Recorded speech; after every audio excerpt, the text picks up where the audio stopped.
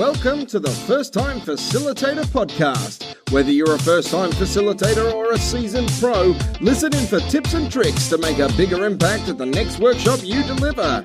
And now, your host. She refuses to watch anything with spooky music, Leanne Hughes. Welcome to the show. I'm your host, Leanne Hughes. Today I'm talking to Dana, the trainer, who was the first facilitator I've interviewed on the podcast from the UK. We're similar in that she likes to do things a little differently in her training environment, things that are a little unexpected. But her whole philosophy is really just about ensuring that people learn the skills they need to learn while also having a good old time. In the show, you'll hear about how she prepares for her workshops and what she does that is so different. But also, listen into what she says when I ask her to reflect on a time where things didn't go so well in one of her workshops and what she really learnt from that and what she did to ensure the scenario won't ever happen again. I hope you have as much fun listening to this one as I did talking to Dana. And I'd love to hear your thoughts on the episode. You can shoot through your feedback by sending me a tweet at Leanne Hughes, messaging me on Instagram at First Time Facilitator, or by sending an email, hello@firsttimefacilitator.com. As always, you can find show notes and a link to everything mentioned on this show at firsttimefacilitator.com/episode 19. Our guest today promises bright ideas and electric training. Whether it's technical or professional skills you need, she brings her brand, that is of energy, passion and enthusiasm to every session. She remains convinced that learning can be made engaging, colourful and even fun, and it's her life's mission to make that true. Step away from sameness and say goodbye to generic courses. She's on the line in London. Welcome to the show, Dana James Edwards, otherwise known as Dana the Trainer.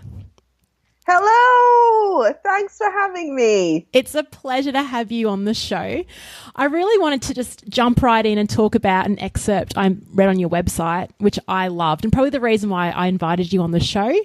And it's this. One day there was a call for internal facilitators for technical courses, and I answered the call. The second I held my first box of scented markers and stood in front of a blank flip chart, I fell in love. That's just so beautiful. Can you tell us about that moment? What was it that made you fall in love with facilitation? So I had actually done some facilitation before, but very briefly, like my first job out of university, and then got swept up in other things. So when I was offered the opportunity after working in sort of a very technical and technology-focused background for several years, it was almost like I had forgotten that I loved this.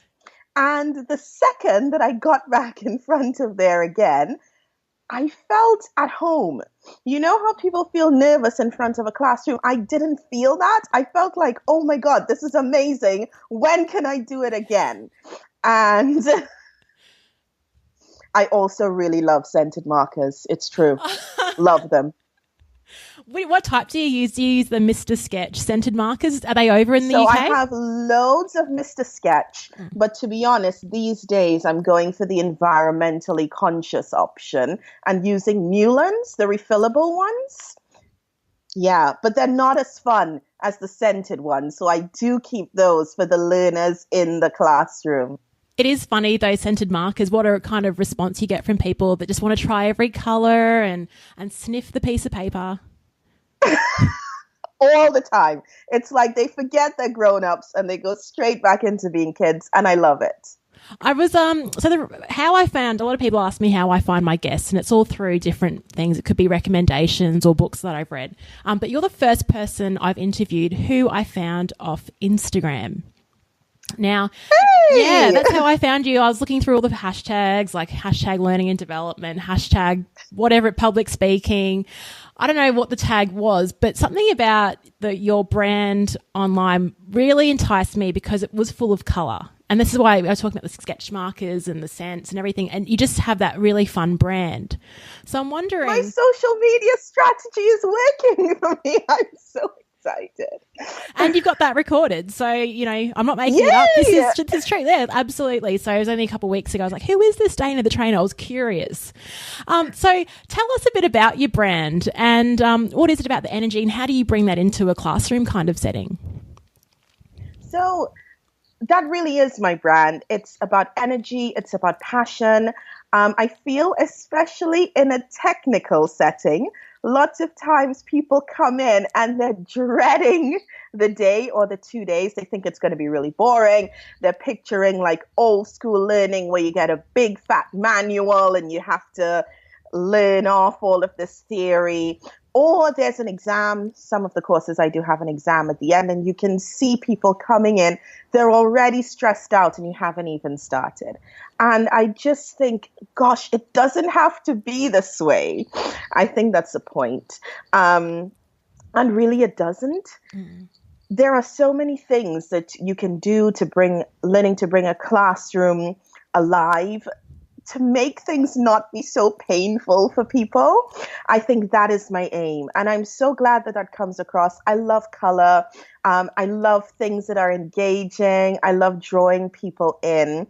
And if you're on a training course where you're just looking at a manual for 2 days and it's really just intense and intensive, you are learning for the exam. I don't want people to learn for the exam or for the now. I want them to actually leave with stuff that they'll remember for a long time.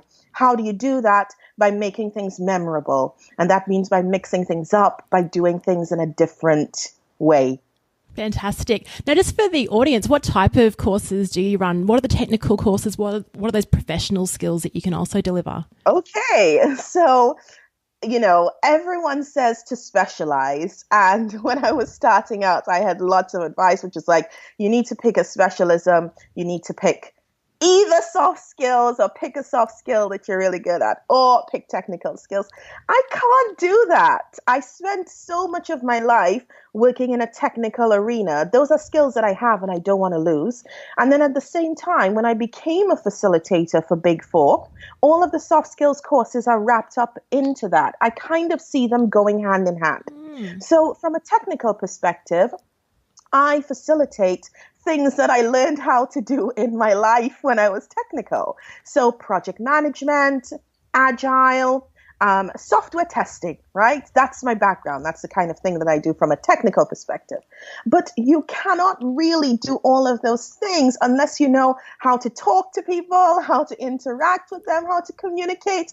They go together, right? Okay, so I don't want to choose, right? And I do both. And I think it's great because I never get bored. There's always stuff that's interesting me and pulling me. And I'm sorry, but I don't want to do the one thing. Okay, I want to do many things. You can have everything. They're not mutually exclusive. And I love that. Exactly. Yeah. Especially when you're talking about things like project management and agile. And obviously some of your audience will be technically focused people, and it would be very tempting to try and like meld in with that style. But I love that you're exploring and saying, no, we can make this fun. We don't have to be serious. That's exactly. Yeah. So I'd love to hear a bit about, you've got this, I can tell over our Skype conversation, a very bubbly, outgoing personality. Growing up, were you always this way? Were you always very confident in front of a classroom? So I was a bookworm. My sister makes fun of me. When I was in secondary school, I was a library prefect. I was that quiet. On a lunchtime, I like to go to the library and read.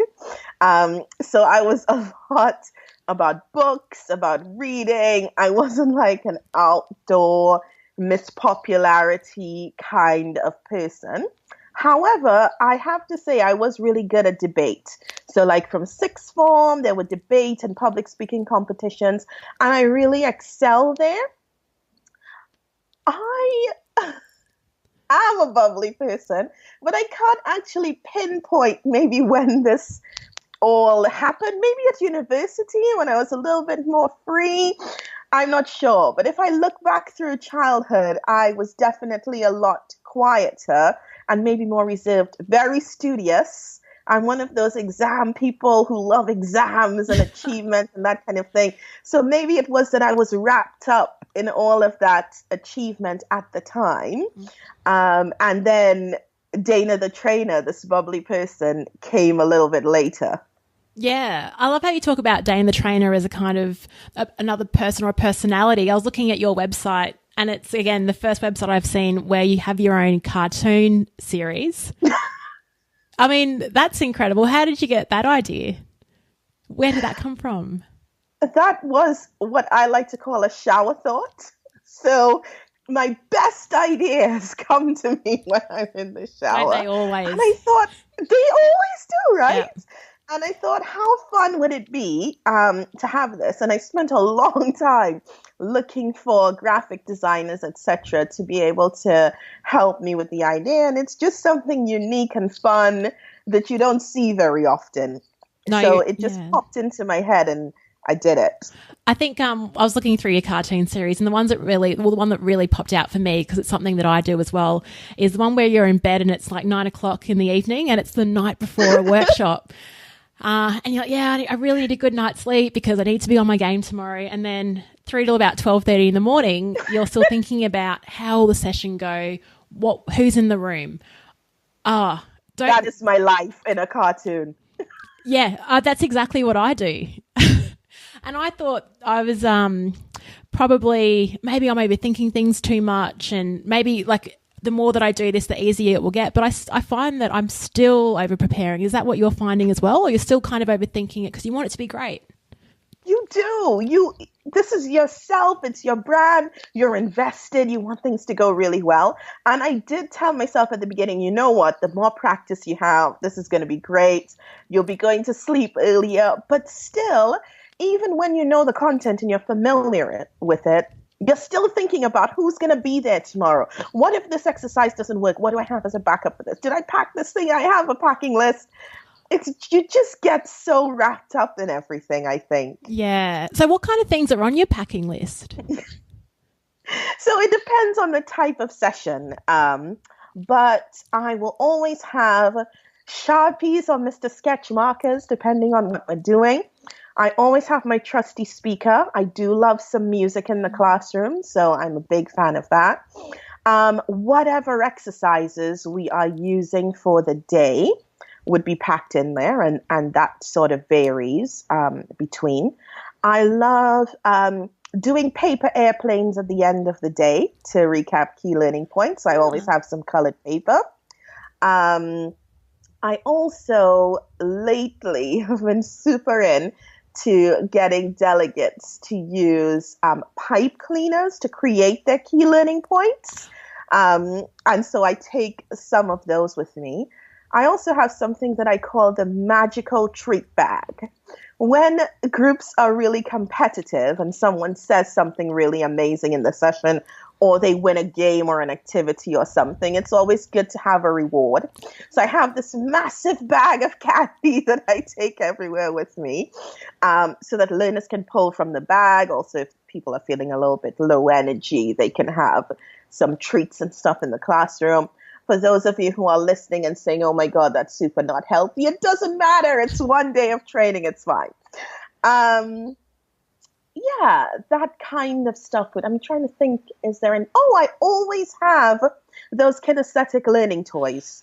A, because they're fun, and B, because it gives some people something to fiddle with.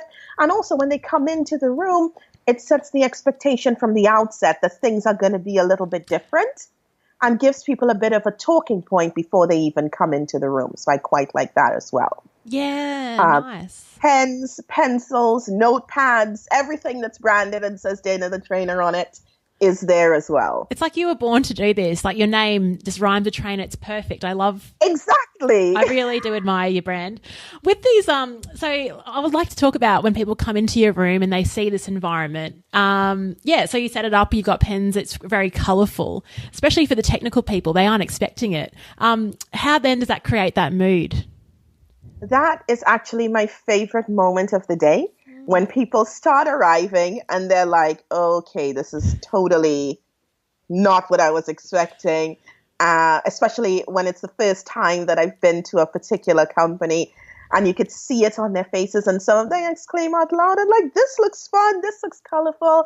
And I think it sets the tone and the mood for the day.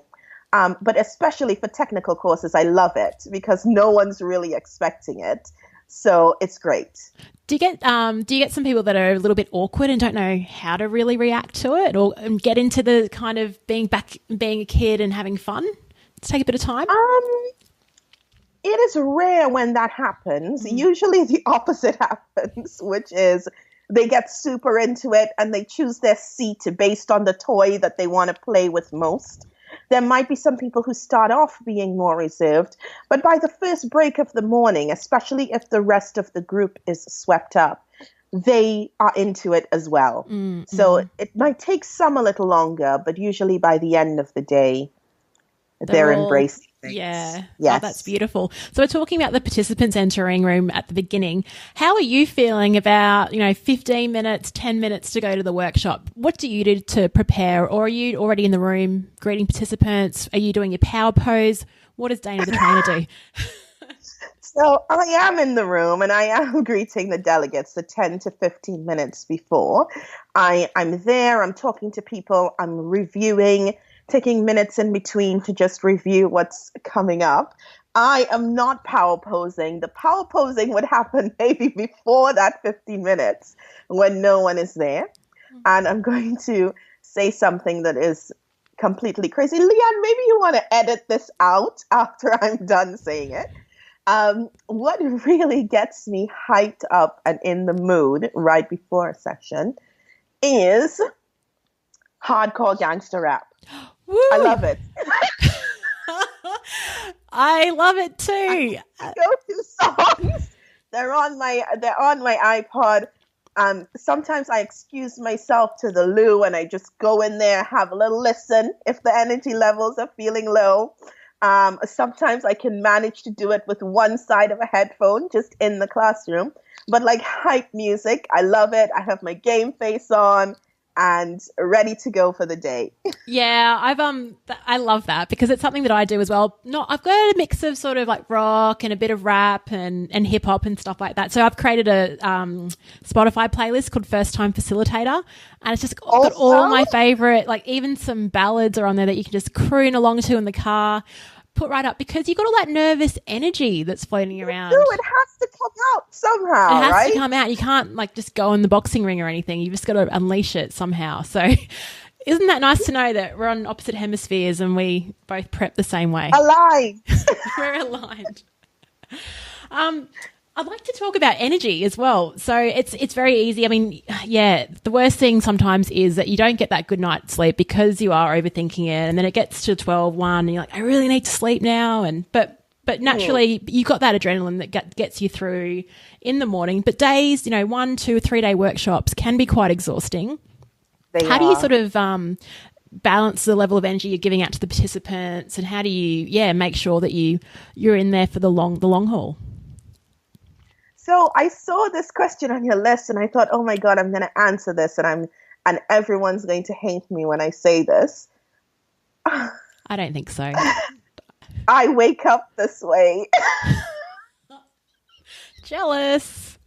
I know. What's really interesting is when I met my now husband, there was one day when I came home and he was like, we need to talk. And I was like, oh my goodness, he's going to break up with me. But actually the talk was, you wake up in the morning and it's like you open your eyes. And in that 1 second, you go from 0 to 100. And I don't work like that. Can you please stop being so high energy in the morning? And so we've worked out a strategy where I don't talk to him for the first 30 minutes of every day because he's not a morning person. But I just naturally have high reserves of energy. And I always find that after the first day of a workshop, I can sleep better.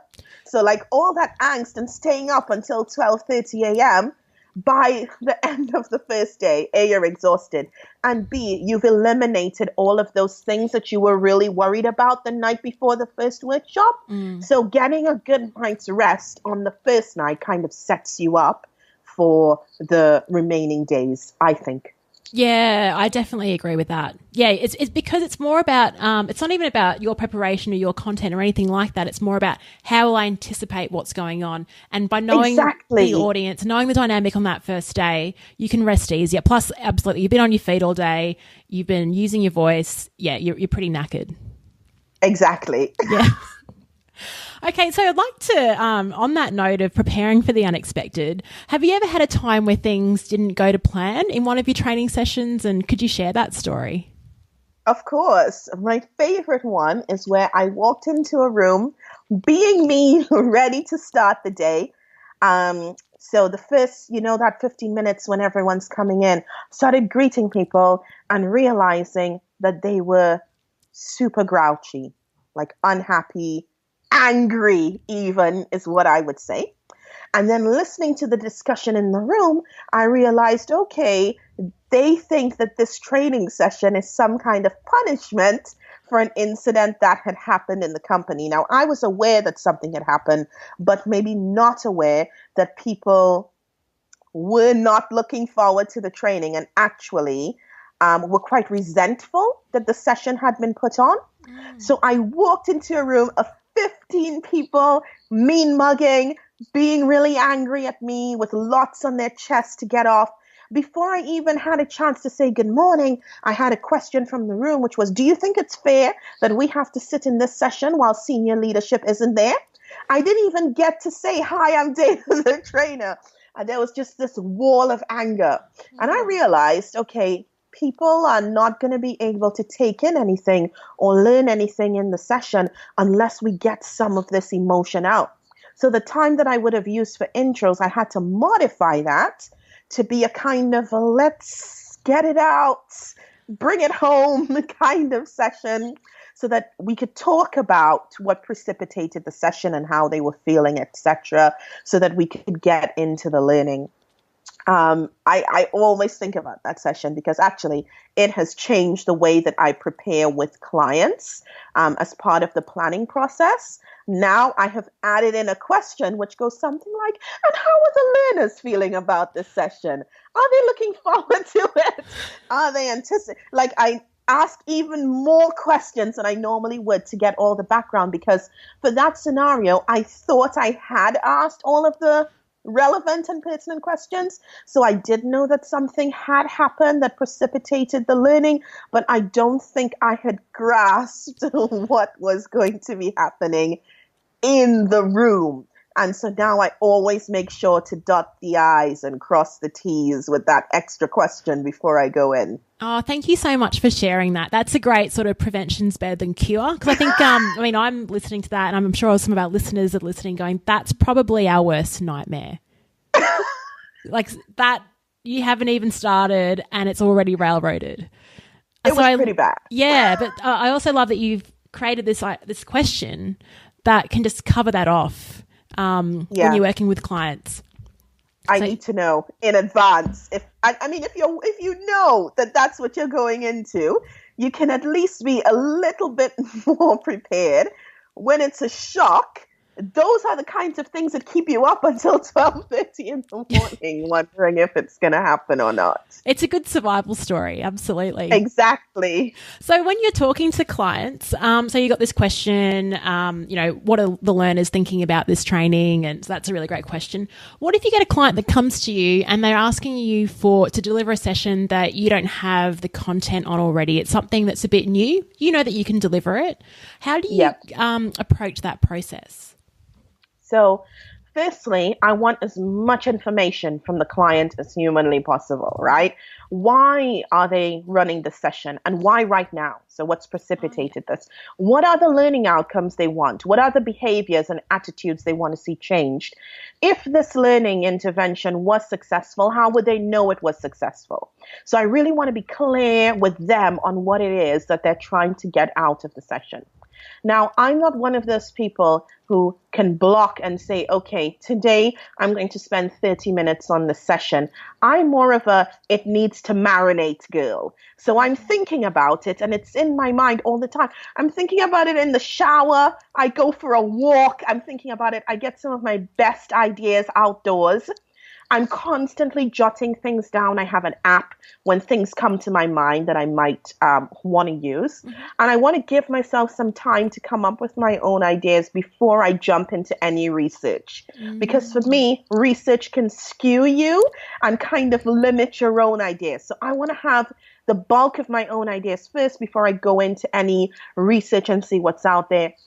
But I'm also a big fan of utilizing my personal learning network. Mm-hmm. So other facilitators who I know, I want to reach out to them, find out if they've done something similar, what kinds of things they've done in the space. I have a group of people who I've come up through the business with. We're always happy to bounce ideas off of each other. If I was really struggling and I needed a design assist, I can also draw from that network as well to help me. And another thing I do, which I think that people maybe don't use so much, is search for the hashtag on social media and see what comes up. Why do people not do this, right? Because people are posting so much exciting content out there. And if you just type into Google, you will probably never find it. But if you type into Instagram or to Twitter, that particular hashtag, sometimes really amazing stuff comes up that can really help you with your idea generation and with the design process. Yeah, I mean, that's how I found you. But also I found some really cool icebreakers on YouTube that I've oh my gosh, YouTube. Yeah. You just need a bit of time to, like, and you can get lost. You know what YouTube's like. You're looking at icebreakers and then you're looking at, like, climbing Mount Everest in a minute. And cats. Yeah. There's always cats. Yeah, there's always cats. Hey, what app do you use to capture all of your ideas?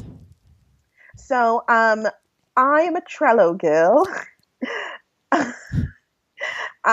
So I do love Trello, and I just like taking, it helps me keep myself on track, but then it just gives me somewhere to record things.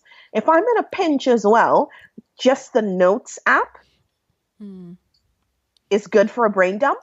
Yeah. You can put as many things in there, but I almost live my life powered by Trello. Yeah, and for those listening that don't know what Trello is, we'll link to those in the show notes. Trello is an amazing project tool, but it's very visual. It's like a visual board where it's kind of like virtual Post-it notes almost. Exactly. And I love Post-it notes in real life, but being able to have them wherever I go, because I travel a lot, is very useful.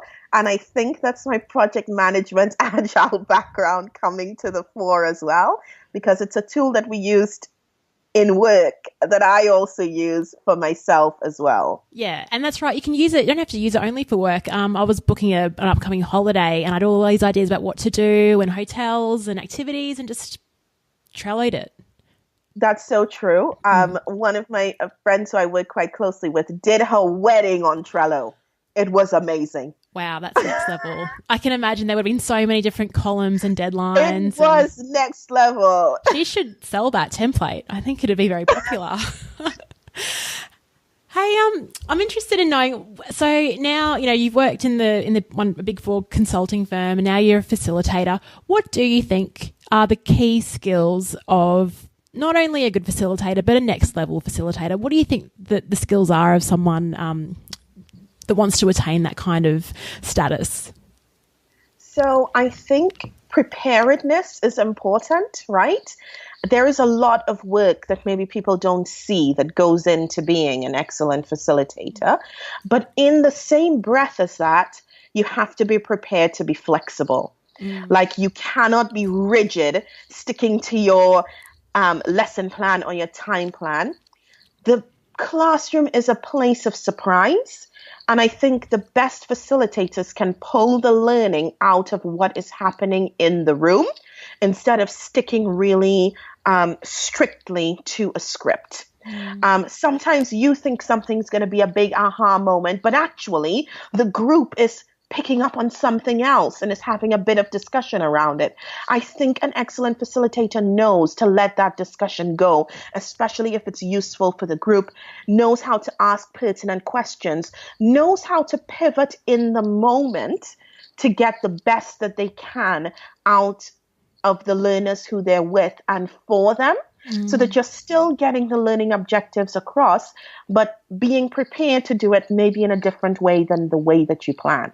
I think that is that's a skill that takes you from being just a normal trainer facilitator to being an amazing trainer facilitator. Yeah.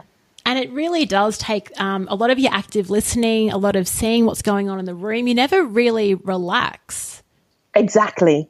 Yeah. You're always sort of like that night owl, just watching what's going on. Even when the groups are doing activities, you're like, oh, what do I need to observe out of this? You want to hear all the groups. Exactly. Yeah. I want to hover, but I don't want to seem like I'm listening in, and it's just constant. It's, look, I think there's a lot of overthinking, and I think maybe over experience. You do develop those, like having numerous things in your back pocket that you can go to. But I think exactly. Yeah, that's what sort of, as a first time facilitator, the only way that you can get better at it is just by continuing to do it. Practice. That's right. Now, do you have a go-to icebreaker? Like, do you have a favorite thing that energizes people, that gets everyone in the room? Like, really? So it depends, right? Now, if it's a public course where people don't know each other, I am very conscious that first few moments of the day can be really intimidating, especially for people who maybe aren't as extroverted as the rest of the people in the group. So I always about icebreakers, I don't want to push it too far, but I still want people to be able to have fun and embrace the moment. So in a mixed group, what I like to do is start off with some one-on-ones, like greet as many people in the room as you can in 10 minutes. But I would include a fun question that you have to ask each person that you miss, or a way that you have to start off greeting each person, like top of the morning to you. And isn't it a wonderful day, good sirs? You have to say before you get into the introduction, and then a silly question that you have to ask them as part of the greeting.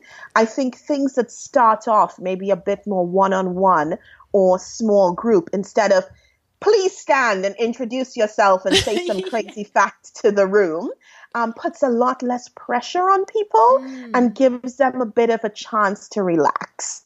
So for me, that is something that I'm conscious about. I get that you have limited time and it's easier for everyone to stand and just introduce themselves, but I guarantee there is a person or people sitting there thinking, oh God, please no, not me. Oh, and absolutely. I want to avoid that. I mean, I'm sort of one. It's funny because I'm one of those people. I am an extrovert. I get up in front of workshops. I do lots of speeches and things like that. But even in that scenario where you're in a new group and it's going around one by one, I'm not even listening to what the other people are saying because I'm thinking, what am I going to say in my introduction?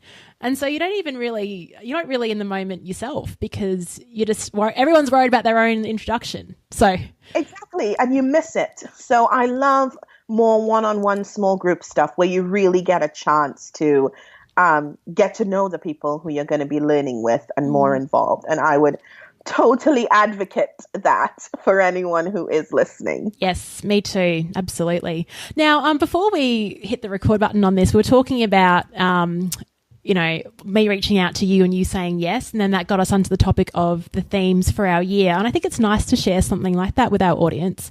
So what is your theme for the year and why did you decide to choose that? My theme for this year is say yes.